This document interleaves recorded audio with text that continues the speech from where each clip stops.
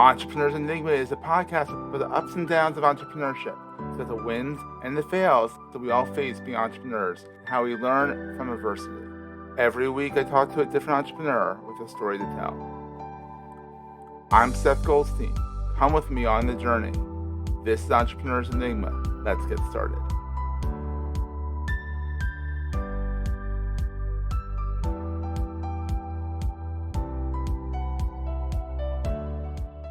Hey everyone, welcome to another edition of the Entrepreneurs Enigma podcast. I'm your host as always, Seth. Today I have a good buddy of mine, one of the lead organizers of the Keystone cohort of the Founder Institute Incubator. That's how I met Don. Actually, he found me and suckered me into being one of the mentors. He kind of guilted me. He's like, come on, these people need you, Seth. No.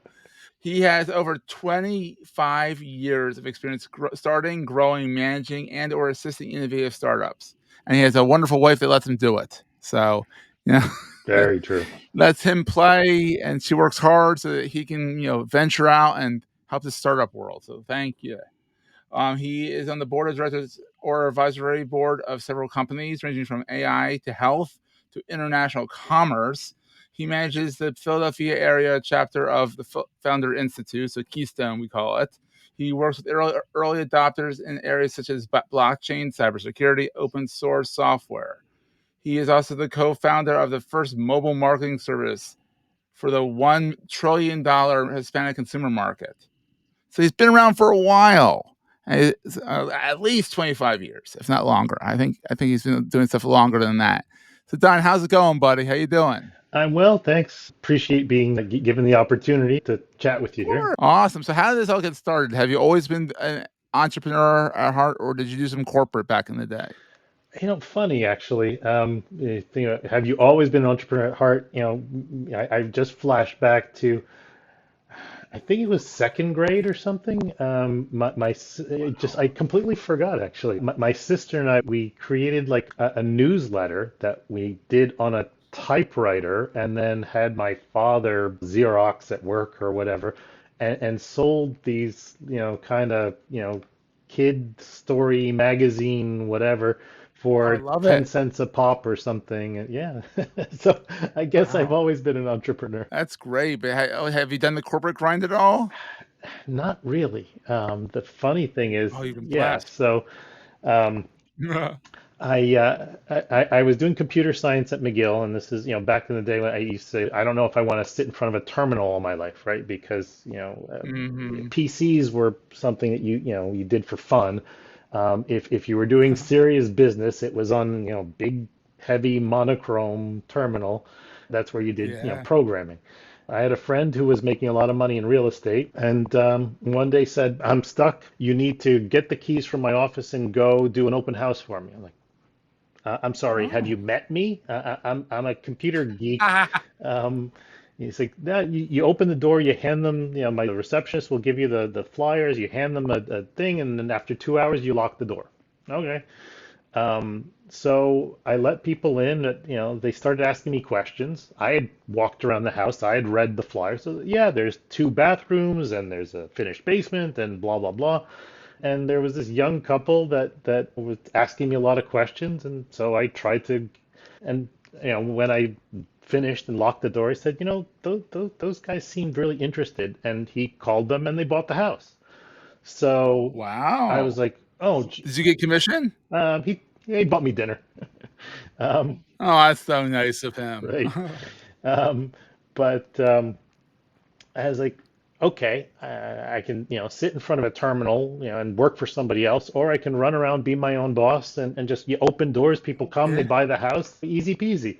Yeah. So my first job was actually in real estate, and oh wow, as a young kid, just learning the ropes, it was challenging, but it is still challenging. Yeah. When I came back to the States, people were like, okay, you're going to do real estate? It's like, well, I miss technology. I enjoyed the whole. Oh, because you were up in Canada. You're in McGill in Canada. Yeah. So I decided to get involved with, at the time, it was fax and telex and private data network communications. Yeah, terms you don't hear a lot. You just age yourself, buddy. You just age yourself. I know. Sad but true. Yeah, and then got involved. So the World Wide Web was getting out there, and Mhm. I found a startup that was evangelizing this new thing called a website. And I sold some of the Nice. first websites to Samsung and Hearts Mountain and Hunter Douglas, and I just Oh, thought, wow. yeah, it was just right place, right time, right? So I was like, hey, you need this thing called a website, and this is how customers are going to want to, learn about you and get in touch with you. And Mhm. This is pre-Google, everybody. Pre-Google. yeah, I mean, Yahoo was new at the time, right? So that was my first startup. And then I got involved with the company behind the Amazon, if you like this book, you might like these books recommendation engine. And Ooh, that's cool. yeah, Yeah. and so I ran around North America selling what we called personalization and had a lot of fun, met a lot of great people. And yeah, after that, just could not even envision working in a corporate setting. We're going to take a quick break, hear from our sponsors, and get right back to the show. And God bless your wife because she lets you. But she also knows what's good for you. She knows what's good for you, that this is Don. This is the way Don's brain works. Let's let Don do what he's good at, and I'll do what I'm good at. 100%. And that's well, you've probably heard me talking about with people about co-founders, right? That being a Yeah, co-founder in a company is very much like a marriage. And it's critical it that is.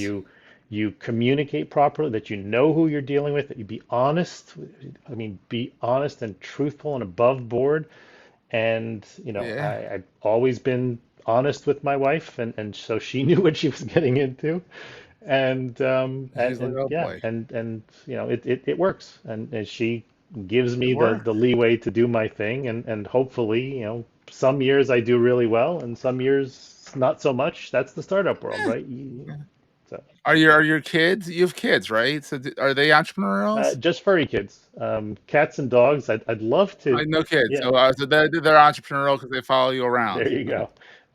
Nieces and nephews and cousins, and I've tried to get I've managed to recruit one cousin now to Oh be an wow, EIR with our Keystone chapter, and so yeah, nice. so he's got the entrepreneur bug, but most of them are yeah just doing the corporate thing, and if that's what makes them happy, that's fine. So Exactly. But you rubbed off on one of them there though. you go. Uncle Don rubbed off on him and says, "I want to do what Uncle Don's doing." That's fun. God help him. God help him. God. I mean, look. I mean, look. In the cohorts, this is gonna be my third cohort coming up. I'm doing. I think you've done four total for Keystone, and it's amazing how when these guys and gals come in, they are green. Even if they're not green, they're already halfway started on their journey. They're green. Like call back to Peter, who I'm working with. He quit his spiel halfway through the first time he did his pitch. And I'll never let him forget that because now he does really well with his pitch. But it took Founders Institute, took Don, and all of us to kind of whip him into shape. It's a great thing. So, Don, what is the best thing about being an entrepreneur in your mind? Hmm.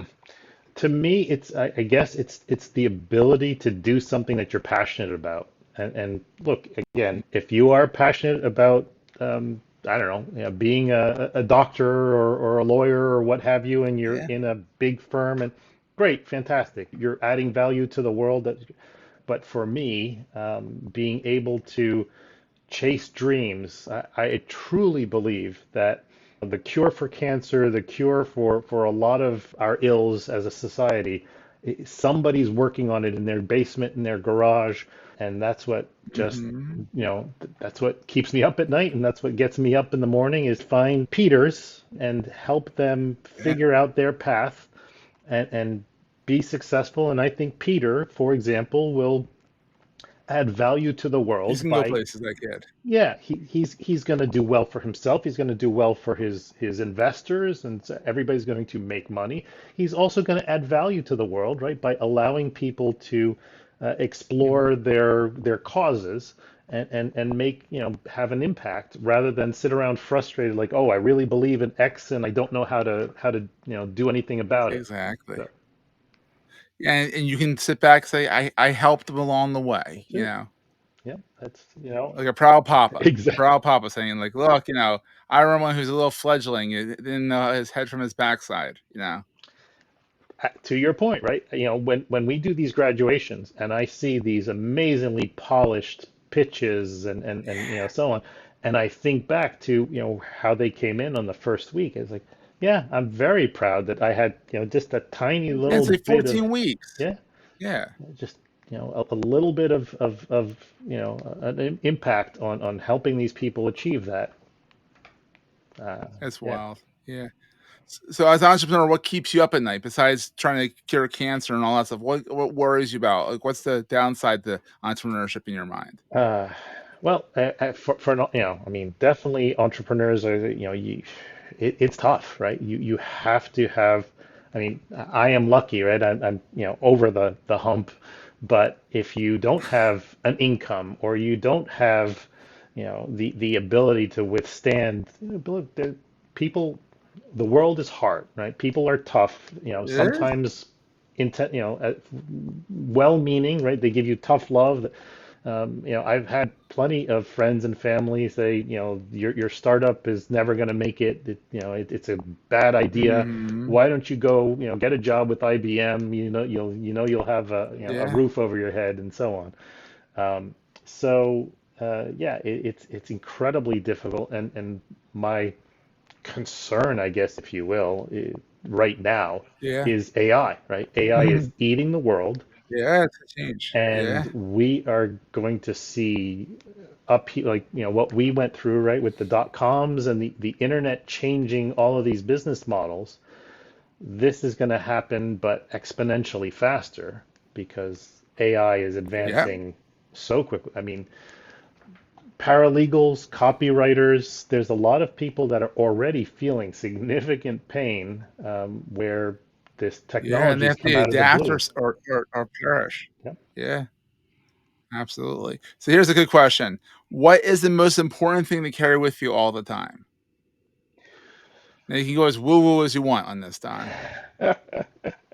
Um, I I'd say, look, yeah, to get touchy-feely, which I don't usually do, but your values, right? Because that's what's Yeah. going to sustain you, right? I mean, no matter what your idea, there are no, you know, ideas that so many founders. This is the other thing, you could have a great idea, but execution is 90+% of it.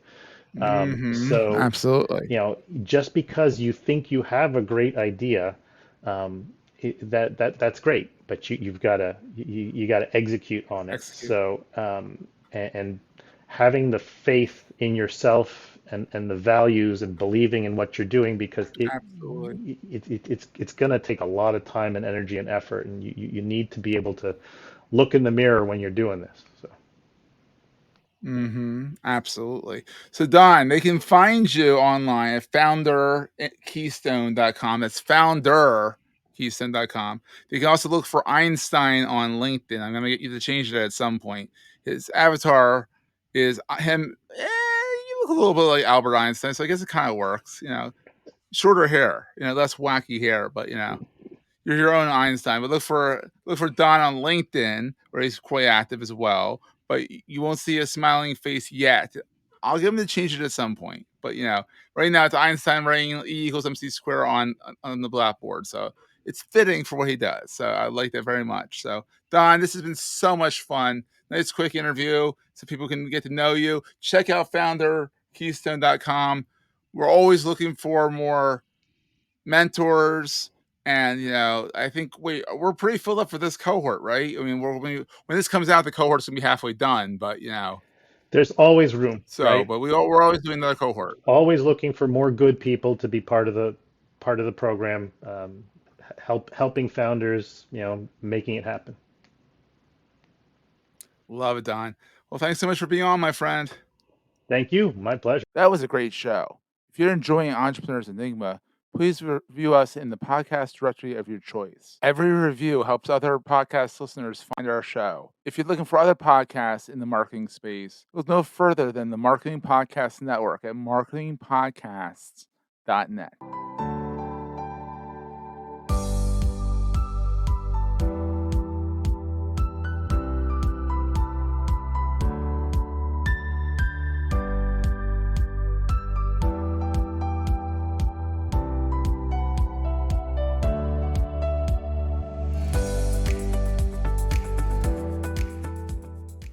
Theme Media hopes you have enjoyed this episode.